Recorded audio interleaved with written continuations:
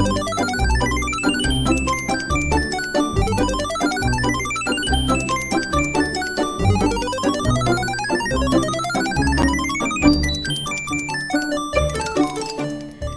back to Radio Taiwan International. You're listening to Geek Out. What's your cup of tea, tickles your fancy, or floats your boat? Join us as we share passions from people in Taiwan and around the world.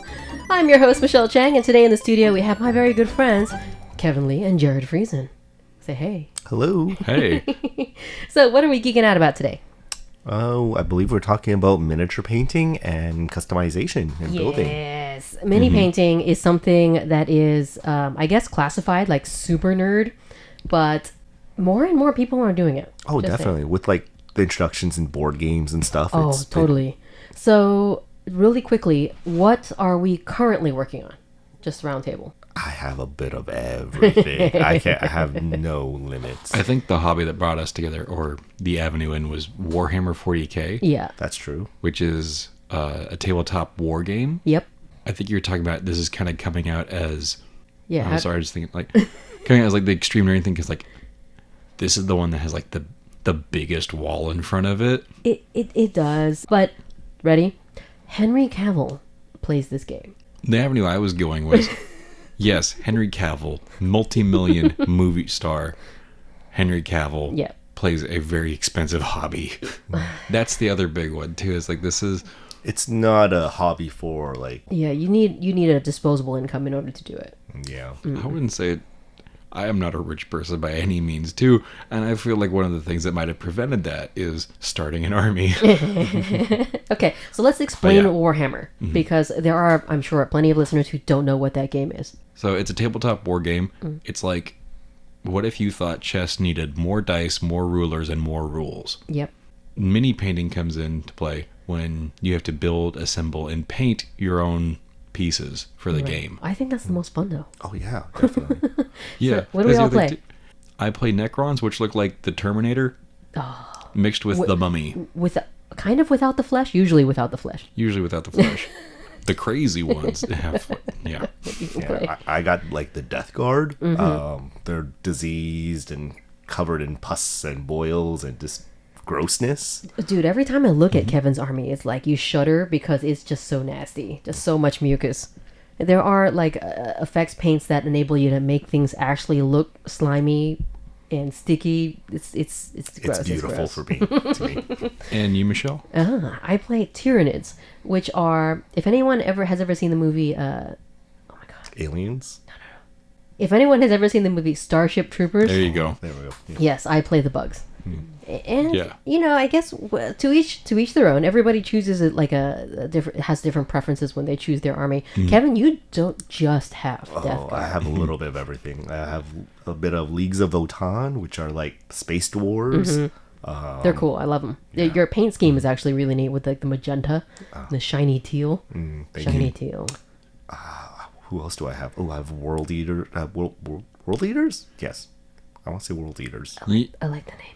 Yeah. I don't know. I haven't seen like other models from you too, but like you like the big set piece ones too. So these can range in size from like 1 or 2 inches or 3 or 4 centimeters tall to upwards of like 10 or 15 inches or like 20, 30 centimeters tall. Giant models. Like absolutely like things that you would notice on someone's shelf. And I want to say you kind of paint yours commercial quality almost. These are really good, Kevin. Like, Thank you. So yeah, we walk into, what is the most recent one that maybe you got for your birthday? Oh, him. The name escapes me. I know, don't worry about it. It's a thing that happens all the time when you're asked to produce a name. It's like Angron. Yeah. Sorry. Angron. Thank you, Jared. Yes, yeah. Tell him about the thing we bought you. Angron. He's just as he sounds, like a very angry person. Okay. I haven't had a chance to build him or paint him yet, but he's on my to-do list for this Lunar New Year, actually. Nice, because we all have some time off for Lunar New Year. Yeah. What I usually am very impressed with, after assembly, you really notice, even after priming and painting, the details on the models. These are Games Workshop models, are amazing. Like so many small little tiny skulls or teeth, or in your case, what are they? Just like mucus zits and things like that. It's just I just like to do pustules, tentacles. Yes, a little bit of everything. There you go. Okay, so why? I mean, the way that you talked about the game being like chess is about right, but there's I think a lot more fluidity, and because you're playing on a table with terrain, so there are it's like some kind of devastated post-apocalyptic landscape where you're going up and over through buildings, and sometimes there's mountains in the way, this kind of thing. So because you build and assemble your own little army and you fight against another army, is, in my opinion, kind of immersive that way versus chess. Yeah, it has much more. I was just thinking about it with another friend of mine, but kind of aesthetics wise, it's much more like defined and like visual than the kind of like abstracted conflict, quote unquote, of chess. Yeah. Which I think is a very big draw, because again, you can find your army that you love or just the aesthetics that you love in different armies to collect. And then I think it's even a hobby that interests people too, because the game itself is only one aspect of it too. Like, I admit, I haven't played that many games. Oh, I neither, just nobody. Love to paint and I'm build. here for the painting like you. Yeah, I've played 2 games and they've been against you twice. Well, wait, did I win? No. Dang it. I stomped you with space clowns. Okay, so back down to the minis, which is what I really... Okay, ready? Eric Gao roped me into this. Shout out to you for being the enabler, the master enabler, patient zero, because of the painting. The painting is actually kind of meditative. It's really fun because you're trying to hyper-focus on this tiny, tiny figurine or details on a bigger figurine. And it's... I can't describe it. And, like, after you're done a model, you get so much joy from it, because like you put so much hard work into it, and you get to see something like visible, like it's that you right in made. front. Yeah. It's creative and expressive, and I think it hits that same itch for people that watching, for the American viewers out there, Bob Ross or like public access like painting instructions. Right. Because every day that you paint is a happy day. Yeah. But you guys are proof of that right now too. I'd say like the color theory that you kind of learn and the art skills you pick up too. Makeup tutorials on YouTube. Oh, that's very true. And also makeup tools, I have found, work very well. Exactly. Like, thinking out of the box, yeah. You're just combining colors in an aesthetically pleasing way, whether that be an invisible blush or what you do, which is like using like really like sticky glue to make mucus on like claws and jaws and stuff. This is so good. All right, so let's walk a very brand new listener through the steps of building and painting a miniature. So many ways to get into it too. Like as you saw with like Warhammer, Mm-hmm. you start off with little bits and pieces. You have to glue them together. Well, I mean, you buy a kit, so they make sure all those pieces are there for you to begin with. So from there, yeah, like things come in on a little rack of unplated plastic. Yeah, sprue. And you have to snip them out, and then and glue them together. There are instructions to follow, but I like to be creative sometimes too, and just hack and do creative things, like add a few extra tentacles or a few extra eyeballs or something. Some of your models with extra arms stuck to them. It's actually really great. I hope all the Legos kids out there, or like the former Legos kids out there, are like really like eyes lighting up right now too, because I realized I was a Lego kid and I found adult Legos with this. Were you also a Lego kid? Somewhat. I was more into like making like little Gundam kits and stuff too, and that's another like model. Yeah, we're model kids. I think all three of us. Yeah, I mean, that I think is first step. You get Duplo, and then when you're like 2 years old, you get the Duplo, and then it's from there, right? Those big fat blocks. So then you prime it, and then you start painting it, I guess. So what have you found you use, like in order to what items do you need to prepare or buy in order to start painting? You definitely need a good pair of clippers. Those are like, they look like little pliers, but they cut like wire cutters kind of. They're very small. Yeah. The sharper they are, the nicer they are, I guess. I mean, there's lots of people who are kind of no judgment to those who like to buy branded things. For example, Citadel is a brand. I mean, they're not sponsoring this episode at all. But if you like to buy things that are brand names, they actually have everything that you could possibly need for a mini painting. So if you But you can also go with like a cheap knockoff. Absolutely. Or like just go to a hardware store and get a pair as well. But that's what I did. I went to what we have in Taiwan called an everything store, and as the name means, it's got everything. So I found the wire cutters and stuff there. What else we need? Plastic glue or super glue works well. It doesn't really matter what kind of brand or anything. I usually use like a Japanese name brand that I find in like model kit shops and stuff like that. It requires amount of confidence in a person to say, when you put the glue on, wherever you touch it is where it's going to be. Yep. So be sure. Be careful not to glue yourself to yourself. My little space skeletons are so fiddly and sometimes hard to glue. Oh yeah, they're all gangly. So That, like, the meditation comes later. It's kind of frustration right now. what else we need? Hobby knife, something sharp, just to clean up models. If you want to go more intense, like you get like the little nail files and stuff to sand things down, or like bits of sandpaper. Yep. I think it's the main things For assembly, yeah. for assembly. Okay, so if we're going to get into painting, obviously we need paintbrushes. Paintbrushes. I personally prefer using like cheap ones. I find that Yeah, actually, me too. stationery shops and Because, stuff like of course, we should all live a little greener, but the cheap ones, I mean, you use them, you don't have to worry so much about keeping them nice and oiled or clean or whatever. that. I have a few like Kolinsky brushes. They work great, Can but you explain those? it's made out of like horsehair, and Fancy. they're very fancy, but the upkeep for them is difficult. Like you have to make sure that you have to clean them after every time. With special brush cleaner, you can't just use soap. Yeah. So Okay. I actually graduated in fine arts, so I know how to take care of paintbrushes, expensive paintbrushes. But sometimes I'm just lazy. I don't want to do that. So the cheap ones are nice. You use them until they're all messed up, and then you replace them. Especially with some of the techniques that you use for miniature painting, you Yeah, have to true. be very rough with it, and you don't want to use a very nice brush for that. Nope. You use a cheap or an old brush or something. So if someone is getting in like bare minimum, I've got my nail clippers, I splurged and I got a nail file. Yep. How many brushes would I need and like what kinds? Because you guys bought me mine as a birthday present. Yeah. So Fine detail brush. Yep. Maybe like a dry brush.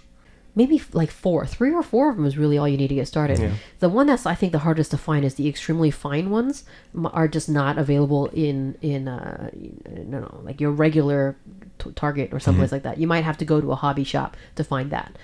Those are the ones that look like they're like 3 hairs at the tip of a brush for painting like eyeballs. Oh, everybody hates painting. Everybody hates painting eyeballs, man. You always wind up cross-eyed. this is where having a Bob Ross mindset of You what don't it paint looks- eyeballs. Yeah, you what it don't looks like. have to do pupils. Your army doesn't have pupils. Mine has the prerequisite that at least one part of every model has to have something that glows, though. But there's special paints that you can use that make it a lot easier. Yeah. But if I'm lazy, Dude, that's gonna be hard. I've also said this multiple times as we've been painting together. Painting the painting hobby, the source materials that you use, like 40 years ago, were vastly different than the ones we use today. Thank you very much, paint manufacturers, for creating effects paints. You can now. Well, I mean, there's a million different kinds. There's texture. There's like the crackle ones that Oh, like yes. that break up and look really cool. When they dry, oh gosh, Yes, there's the glow. There's ones that are like super day glow. Contrast paints are like the newest thing that make things so much easier. Yeah, It I heard- shades and things instantly. So you don't have to shade them. I heard one that's like it's called like Null Noyo or something too. It's a shade, so It's a it's, color. yeah, but I've heard it called like instant talent Yeah. or talent in a bottle. you just throw it on and it just looks perfect. Absolutely.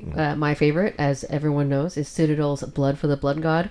And it comes out and dries. It's dry, so you could touch it, but it looks wet. It's like wet effect paint. And it definitely looks like blood. They got the hue exactly right. It's perfect. So we have paintbrushes. At bare minimum, maybe 3 or 4 of them. A palette. I could go cheap. I'd make my own kind of like we use what we call a wet palette. Yep.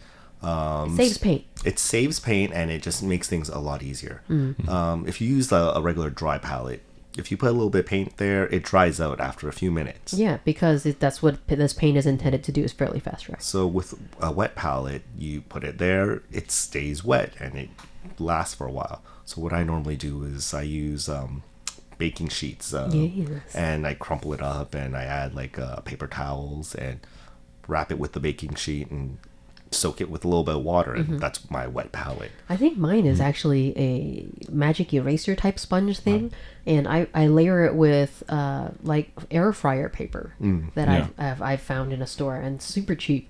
And you saturate the sponge, and then you layer, when you put the paper on it, keeps the paper wet and the paint wet. So And you keep it in a little container, and it'll last for like ever. Exactly, airtight little seal box does the trick. Yeah.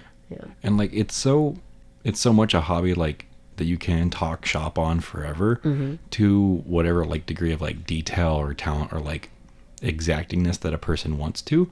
One of the rules in Warhammer, this game specifically, is that to compete in tournaments, every army has to be at least painted 3 different colors and based. I did not know that. Yeah, has to be 3 colors. So besides Warhammer though, what other minis have you painted? Board games are a great way to get into it as well. Yeah. One of my first and favorite games was called a game called Zombicide. Yeah. Which is like I remember that one. It's good. It's fun. Which is basically like players play as survivors, and there's a horde of zombies, and there's different tasks that you have to do, or like some sort of goal that you have to reach. And in a box of Zombicide, there are like 100 miniatures. Exactly. And it's only like what, $50 American, I think, or something like that. 60. mean, to be fair, they're not like super high quality miniatures, but they're still fairly quality, so you can have fun painting. And it's a great a great way to get into the hobby. It's not super expensive, and when you finish painting a whole board game, it just looks so much better. So much better. My first minis that I ever painted were not for Warhammer. They were for Mice and Mystics, which is a board game, kind of an RPG, where you and a team, you and some players, magically get turned into mice, and you have to accomplish a quest. It's adorable. Sounds great. But there's obviously your main characters, your mice, and they are dressed up in little clothes. It's so cute. And your enemies, you fight like centipedes and cockroaches and spiders and stuff. Bugs. Yes, I know. Yeah. I know. I'm a one trick pony. I too have this game, and I haven't painted mine yet, but it's in my like to-do list as well. Yeah, it's super cute. We should play it then. I'm down. Yeah. I really don't know all the other like ways and places you can paint different miniatures and stuff too, because again, like you guys just roped me into Warhammer. It's kind of a viral thing. Michelle learned from Eric, and Kevin also was in it too, and they both said like, hey kid, here's a free one for your birthday. First one's free. You can't stop with just one. I think I've been in the hobby for like about 20 years now. Dude, you have your own 3D printer, which is pretty cool. So I too 3D print stuff. Like you can get files online and just do like little customizations to your armies, or just everything we've been talking about with like other board games or Warhammer stuff that you buy directly from the company, that was all regulation. Now Kevin's in like the spec market for cars and cool. stuff. Yeah, I have a little bit of everything. Yeah. I've gotten way into it. So like we call this a pile of shame, and oh yes, a pile of shame is like all the stuff that you've gotten but like you haven't painted yet. Oh yeah, it's just sitting there waiting for you to paint it or assemble it or anything, and it's shame. And Shame. with a 3D printer, that shame is just unlimited. Of course, it's forever. It just goes on forever. You have the entire internet pile of shame. Exactly. So you 3D print stuff. I actually have to commission you for some stuff because I bought the car from Supernatural, baby. Apparently, I need some stuff for the trunk. Okay. Yeah, so I'm gonna have to enlist your 3D printing skills. Okay. I gotta learn how to. Tiny shotguns and all that. Okay, I'll find stuff like that for you. Right. Okay, so any advice for someone who wants to dip their toe into the hobby? As I mentioned, like board games are a great way to get into it. They don't have to be painted amazingly well. Of course not. And like at the same time, you have like a small game to play with, whatever. Like I found that there's a huge difference between the first model you ever paint and then your most recent model, if you've done it for a little while and practiced, I think practice does make perfect. And if you watch a bunch of tutorials are now available online, so many tutorials on how to do just basic painting all the way through to effects, you can increase your skill level pretty quickly. I think also to be precise about what you want to start with. Like 40K is so many like vast different places things too. It is. So like picking a model you find interesting, a character, or like something a genre you love. Like yeah. As you said, Warhammer is sci-fi, but there's also fantasy models. If you're into like D&D and stuff, people have miniatures for that. You can get into that. Yeah. I absolutely love Star Wars, and I have so many Star Wars minis from like board games and strategy games. One I remember, just honest to goodness models, like a model like P-51 Mustang from World War II airplane. Yeah. If that's your jam, Or Gundam. and that you will feel happy like just painting and spending hours on. Yeah. I think that's what it is. This is a hobby that this particular hobby, mini assembling, building, painting, is about finding joy in doing this model with your hands. Yeah. So. Like, you don't even have to stay that small. You can get into like kids' toys and stuff like that. Just recoloring it and stuff. It's just there's so many options. I think bottom line it is like just a painting hobby. We just decided to paint like little plastic figurines Instead of a canvas. Yeah. Or fire up Bob Ross again. Yeah, absolutely. Thanks for geeking out with me, guys. No problem. Thanks for having us. No problem. And thanks, listeners, for tuning in to Radio Taiwan International. I'm Michelle Chang, and we'll be back next Thursday with another episode of Geek Out.